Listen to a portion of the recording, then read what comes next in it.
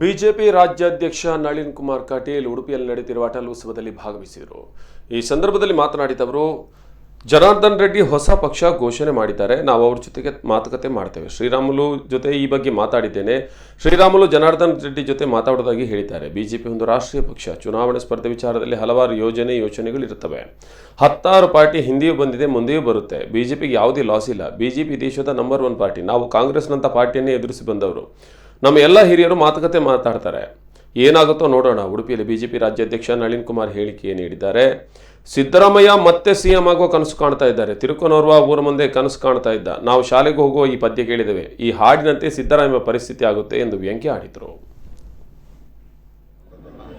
ಇವತ್ತು ಅಟಲ್ಜಿ ಜನ್ಮದಿನದ ನಿಮಿತ್ತ ಅವರು ಬೂತ್ ಸಂಗಮ ಅಂತ ಹೆಸರಿನಲ್ಲಿ ಒಂದು ಅದ್ಭುತವಾಗಿರ್ತಕ್ಕಂಥ ಪರಿಕಲ್ಪನೆ. ಯಾವುದೇ ಚುನಾವಣೆಯಲ್ಲಿ ಯಾವ ರೀತಿಯಲ್ಲಿ ನಮ್ಮ ಕಾರ್ಯ ನಮ್ಮ ಸ್ಪರ್ಧೆ ಏನು ಮಾಡಬೇಕು ಅದೆಲ್ಲವನ್ನು ನಾವು ಯೋಚನೆ ಮಾಡ್ತೀವಿ.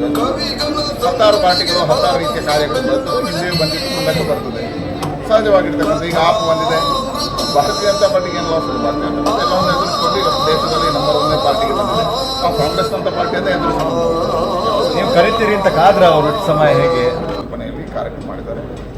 ನಿನ್ನೆಯಿಂದ ಪ್ರಧಾನಮಂತ್ರಿಗಳೊಂದು ಆಶೆ ಇದೆ, ಯುವ ಆಟಗಾರರಿಗೆ ಪ್ರೋತ್ಸಾಹ ಕೊಡಬೇಕು.